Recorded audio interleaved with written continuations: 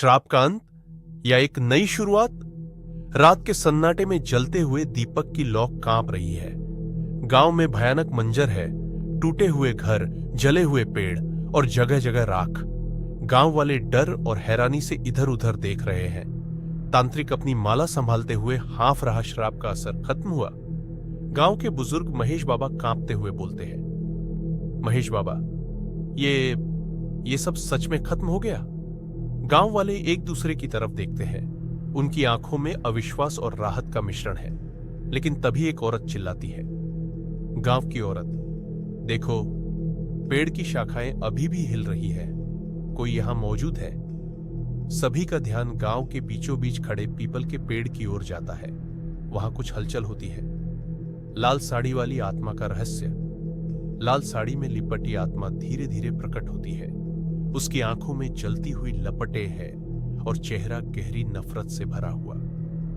लाल साड़ी वाली आत्मा, तुम लोग सोचते हो कि यह खत्म हो गया। मेरा बदला अभी पूरा नहीं हुआ। गांव वालों के चेहरे डर से सफेद पड़ जाते हैं। तांत्रिक जल्दी से मंत्र पढ़ने लगता है। नया रहस्य उजागर। तांत्रिक गहरी सांस लेता है और आत्मा की ओर देखता है। तांत्रिक, तू कौन है? तेरा इस श्राप से क्या संबंध है? आत्मा एक ठंडी हंसी हंसती है। हवा और तेज चलने लगती है। लाल साड़ी वाली आत्मा, तुम लोग केवल एक कहानी जानते हो, लेकिन इस गांव की असली सच्चाई अभी तक दबी हुई है। गांव के लोग हैरान होकर उसकी बातें सुनते हैं। आत्मा अपने हाथ उठाती है और अचानक जमीन फटने लगती है। राख के ढेर से एक पुरानी मूर्ति प्रकट होती है। एक रहस्यमयी देवी की मूर्ति जिसकी आंखों में अजीब सी चमक है। पुरानी कहानी का नया मोड़। गांव के सबसे बूढ़े इंसान बाबा रघुनाथ कांपते हुए कहते हैं, बाबा रघुनाथ, यह तो वही मूर्ति है जिसे सालों पहले गांव से निकाल दिया गया था। क्योंकि बाबा की आवाज लड़खड़ाने लगती है। तांत्रिक उनकी तरफ बढ़ता है। तांत्रिक, क्यों बाबा? क्या यह मूर्ति ही इस गांव के श्राप की असली वजह है?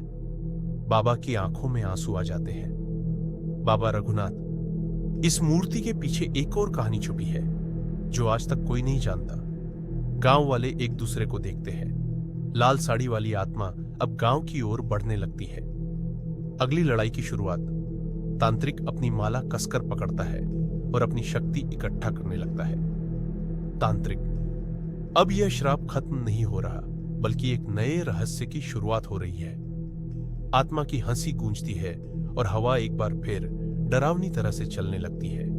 गांव का भविष्य अभी भी अधर में लटका है। क्या इस श्राप के पीछे कोई और बड़ा रहस्य छुपा है? क्या तांत्रिक इस आत्मा को रोक पाएगा? गांव का छुपा हुआ राज्य, रात का घना अंधेरा। लाल साड़ी वाली आत्मा हवा में तैर रही है। उसकी जलती हुई आंखें गांव वालों पर जमी हैं। तांत्रिक अपनी शक्ति इकट्ठा कर रहा है और बाबा रघुनाथ कांपते हुए उस पुरानी देवी की मूर्ति को देख रहे हैं जो अभी अभी राख के ढेर से निकली है। गांव वाले सहमे हुए हैं, किसी अनहोनी के इंतजार में। एक नया सच सामने आता है। बाबा रघुनाथ की आंखों से आंसू गिरते हैं। उनकी आवाज कांप रही है। बाबा रघुनाथ, इस गांव के विनाश का कारण यह आत्मा नहीं, यह मूर्ति है, यह देवी नहीं, एक श्रापित शक्ति है जिसे सालों पहले गांव से निकाल दिया गया था। गांव वाले चौंक जाते हैं। तांत्रिक बाबा की ओर मुड़ता है। तांत्रिक, इसका मतलब क्या है बाबा? ये आत्माएं किससे बदला लेना चाहती है? लाल साड़ी वाली आत्मा गहरी भयावह हंसी हंसती है। लाल साड़ी वाली आत्मा, अब यह सच तुम्हारे सामने आएगा और फिर कोई इसे रोक नहीं पाएगा। अचानक जमीन कांपने लगती है। मूर्ति से एक गहरी लाल रोशनी निकलने लगती है। गांव में चीख पुकार मच जाती है। पुरानी कहानी उजागर होती है। बाबा कांपते हुए बोलते हैं, बाबा रघुनाथ, सालों पहले इस गांव में एक औरत थी, मायावती। वह साधारण नहीं थी, उसके पास अजीब शक्तियां थीं। लोग कहते थे कि वह यक्षिणी थी और उसकी पूजा करने से मनचाही चीजें मिलती थीं। लेकिन जब गांव वालों ने लालच में पड़कर उसकी पूजा शुरू की तो विनाश शुरू हो गया। गांव वाले फुसफुसाने लगते हैं। कुछ लोग हैरान हैं, कुछ भयभीत। गांव की औरत, तो क्या यह आत्मा मायावती की है? लाल साड़ी वाली आत्मा और भी ज्यादा चमकने लगती है। लाल साड़ी वाली आत्मा, हाँ, मैं वही मायावती हूं जिसे तुम सबने जिंदा जलाया था। तुम लोगों ने सोचा कि मेरी कहानी खत्म हो गई, लेकिन श्राप कभी खत्म नहीं होता। गांव में भय की लहर दौड़ जाती है। तांत्रिक अपने मंत्र तेज कर देता है, लेकिन आत्मा हंसती रहती है।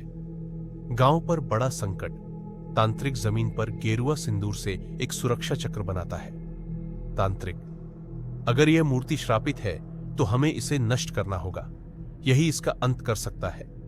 लेकिन तभी लाल साड़ी वाली आत्मा गुस्से में चीखती है। लाल साड़ी वाली आत्मा, अगर किसी ने इस मूर्ति को छुआ तो पूरा गांव भस्म हो जाएगा। गांव वाले घबरा जाते हैं, पेड़ कांपने लगते हैं, हवाएं तेज हो जाती है और अचानक गांव के कुएं से खून निकलने लगता है। चारों ओर हाहाकार मच जाता है। तांत्रिक की आखिरी चाल। तांत्रिक अपनी आंखें बंद करता है और जोर जोर से मंत्र पढ़ता है। तांत्रिक, एयुम ह्रीं क्लीं चामुंडाय विच्छे, एयुम ह्रीं क्लीं चामुंडाय विच्छे। अचानक सुरक्षा चक्र से एक तेज रोशनी निकलती है और आत्मा दर्द से चीख उठती है। गांव वाले कांपते हुए देखते हैं। लाल साड़ी वाली आत्मा, नहीं, यह शक्ति मुझे कमजोर कर रही है। लेकिन तभी मूर्ति की रोशनी और तेज हो जाती है और बाबा रघुनाथ चौंक कर बोल उठते हैं। बाबा रघुनाथ, नहीं, अगर मूर्ति टूटी तो यह आत्मा पूरी तरह मुक्त हो जाएगी। गांव वाले हैरान रह जाते हैं। तांत्रिक की आंखें खुलती हैं। तांत्रिक, तो फिर इसका क्या उपाय है? लाल साड़ी वाली आत्मा मुस्कुराती है। उसकी आंखों में फिर से क्रूरता चमकने लगती है। लाल साड़ी वाली आत्मा, अब कोई उपाय नहीं, अब सिर्फ विनाश होगा। अचानक गांव की हर झोपड़ी अपने आप जलने लगती है। गांव चीखों से भर जाता है। आत्मा अपनी शक्ति पूरी तरह वापस ले चुकी है और अब कोई नहीं बच सकता। क्या तांत्रिक गांव को बचा पाएगा? क्या यह आत्मा पूरी तरह मुक्त हो जाएगी या कोई और छुपा रहस्य बाकी है? श्राप का अंतिम खेल। गांव जल रहा है। लाल साड़ी वाली आत्मा हवा में तैर रही है। उसकी जलती हुई आंखों से आग बरस रही है। गांव वाले इधर उधर भाग रहे हैं। चीख पुकार मची हुई है। तांत्रिक सुरक्षा चक्र के अंदर मंत्र पढ़ रहा है, लेकिन उसकी शक्ति भी अब कमजोर पड़ने लगी है। विनाश की शुरुआत। गांव के बीचों बीच खड़ा पुराना पीपल का पेड़ अचानक जलने लगता है। पेड़ की जड़ें दरारों में बदल जाती है और जमीन के नीचे कुछ हलचल होने लगती है। महेश बाबा, हे भगवान, ये क्या हो रहा है? बाबा रघुनाथ घबराए हुए देखते हैं। बाबा रघुनाथ, गांव की जमीन खुल रही है, शायद कुछ और बाहर आने वाला है। गांव वालों की आंखों में डर समा जाता है। तभी जमीन के अंदर से एक और आत्मा बाहर निकलती है। यह मायावती का असली रूप है, विकराल और भयानक। मायावती का असली रूप। नई आत्मा पहले से भी ज्यादा शक्तिशाली लग रही है। उसके लंबे काले बाल हवा में उड़ रहे हैं और उसकी आंखों से काला धुआं निकल रहा है। तांत्रिक उसे देखते ही समझ जाता है कि यह मायावती का असली स्वरूप है, जो अब पूरी शक्ति के साथ गांव को नष्ट करने आई है। तांत्रिक, अब समय बहुत कम है। अगर इसे नहीं रुका तो गांव बचाना असंभव हो जाएगा। गांव वाले कांप रहे हैं। कुछ घुटनों के बल गिरकर प्रार्थना करने लगते हैं। गांव की औरत, हे भगवान, हमें बचा लो। लेकिन मायावती ठहाका लगाकर हंसती है। मायावती, अब कोई भगवान तुम्हें नहीं बचा सकता। आज इस गांव को जलकर राख बनना ही होगा। तांत्रिक अपने हाथ जोड़कर शक्ति इकट्ठा करने की कोशिश करता है, लेकिन मायावती की ऊर्जा इतनी ताकतवर है कि उसकी शक्ति भी कमजोर। बाबा रघुनाथ की आंखों में अचानक कुछ चमक उठती है। वे जल्दी से तांत्रिक के पास जाते हैं। बाबा रघुनाथ, गांव को बचाने का एक ही तरीका है। हमें मायावती की आत्मा को उसी मूर्ति में कैद करना होगा। तांत्रिक चौंक जाता है। तांत्रिक, लेकिन वो मूर्ति तो श्रापित है। अगर हमने कुछ गलत किया तो पूरा गांव मिट सकता है। बाबा रघुनाथ, अगर कुछ नहीं किया तो गांव वैसे भी मिट जाएगा। गांव वाले सहम कर उनकी बात सुनते हैं। तांत्रिक गहरी सांस लेता है और अपने कमंडल से पवित्र जल निकालता है। तांत्रिक, ठीक है, लेकिन यह आसान नहीं होगा। मायावती इतनी जल्दी मूर्ति में वापस नहीं जाएगी। हमें उसका ध्यान भटकाना होगा। आखिरी लड़ाई। तांत्रिक गांव वालों को इशारा करता है।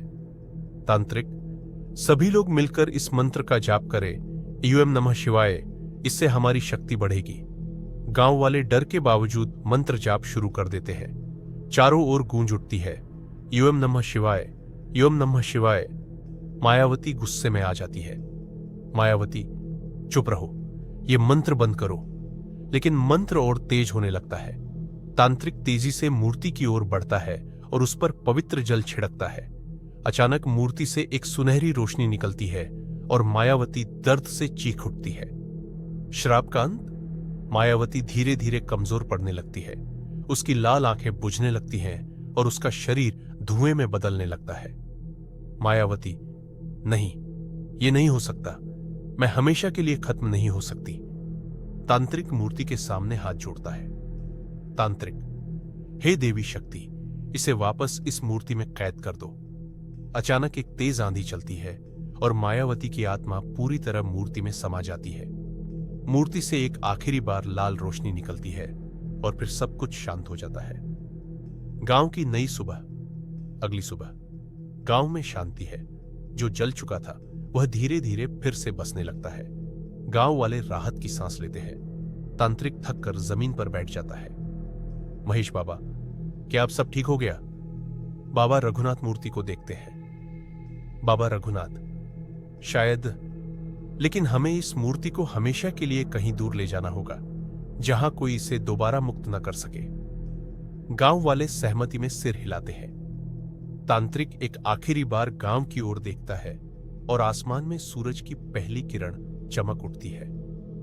लेकिन क्या सच में यह श्राप खत्म हो गया या कोई और भयावह राज अभी भी दफन है? श्राप की वापसी। गांव में कुछ समय के लिए शांति लौट आई थी। तांत्रिक और बाबा रघुनाथ ने श्रापित मूर्ति को दूर ले जाकर एक गुप्त गुफा में बंद कर दिया था। गांव वाले अब सामान्य जीवन जीने लगे थे, लेकिन कोई नहीं जानता था कि यह शांति कितनी देर टिकेगी। एक नया डर। रात का समय। गांव के किनारे रहने वाला किसान रामलाल अपनी झोपड़ी में बैठा होता है। अचानक बाहर से किसी के रोने की आवाज आती है। रामलाल डरते हुए, कौन है वहां? वह धीरे धीरे दरवाजा खोलता है और देखता है कि सड़क के किनारे एक औरत खड़ी है। लाल साड़ी पहने, बाल बिखरे हुए, आंखों से खून टपक रहा है। रामलाल घबराकर पीछे हटता है। हे भगवान, ये तो वही आत्मा है। अचानक औरत की गर्दन पीछे की ओर मुड़ जाती है और वह भयानक चीख मारती है। पूरे गांव में ठंडी हवा दौड़ जाती है। तांत्रिक की वापसी। गांव के लोग अगले दिन डर के मारे इकट्ठा होते हैं। गांव का आदमी, वो फिर लौट आई है। हमने सोचा था कि श्राप खत्म हो गया, लेकिन यह तो फिर से शुरू हो गया। बाबा रघुनाथ गहरी सोच में पड़ जाते हैं। बाबा रघुनाथ, लेकिन ऐसा कैसे हो सकता है? हमने मूर्ति को गुफा में बंद कर दिया था। तभी तांत्रिक गांव में वापस लौटता है। उसकी आंखों में चिंता झलक रही है। तांत्रिक, तुम लोग गलत सोच रहे थे। श्राप अभी भी जिंदा है। कोई मूर्ति को छेड़ चुका है। गांव वालों की आंखों में डर उभर आता है। श्रापित गुफा की ओर। तांत्रिक, बाबा रघुनाथ और कुछ गांव वाले गुफा की ओर बढ़ते हैं। गुफा के अंदर घुप अंधेरा है। अंदर जाने पर उन्हें मूर्ति टूटी हुई मिलती है। तांत्रिक, यह बहुत बुरा हुआ। मूर्ति टूटी, यानी आत्मा अब पूरी तरह मुक्त हो चुकी है। अचानक गुफा के अंदर से एक हंसी गूंजती है। मायावती की आत्मा, तुम लोगों ने सोचा था कि मुझे हमेशा के लिए कैद कर सकते हो। अब मेरा असली खेल शुरू होगा। गुफा हिलने लगती है और चारों ओर अंधेरा छा जाता है। सभी डर के मारे बाहर भागते हैं। गांव पर फिर संकट। गांव में फिर से अजीब घटनाएं होने लगती हैं। कुएं से खून बहने लगता है। पेड़ों से लटकती परछाइयां दिखने लगती है और लोग अचानक गायब होने लगते हैं। गांव की औरत, हे भगवान, हमें बचाओ। तांत्रिक अपनी माला कसकर पकड़ता है। तांत्रिक, अब केवल एक उपाय बचा है। हमें आत्मा को हमेशा के लिए खत्म करना होगा, वरना यह गांव पूरी तरह मिट जाएगा। गांव वाले एक दूसरे की ओर देखते हैं। यह लड़ाई अब आखिरी चरण में पहुंच चुकी थी। क्या तांत्रिक इस बार आत्मा को हरा पाएगा या गांव पर विनाश तय है? जानने के लिए अगले एपिसोड में बने रहिए।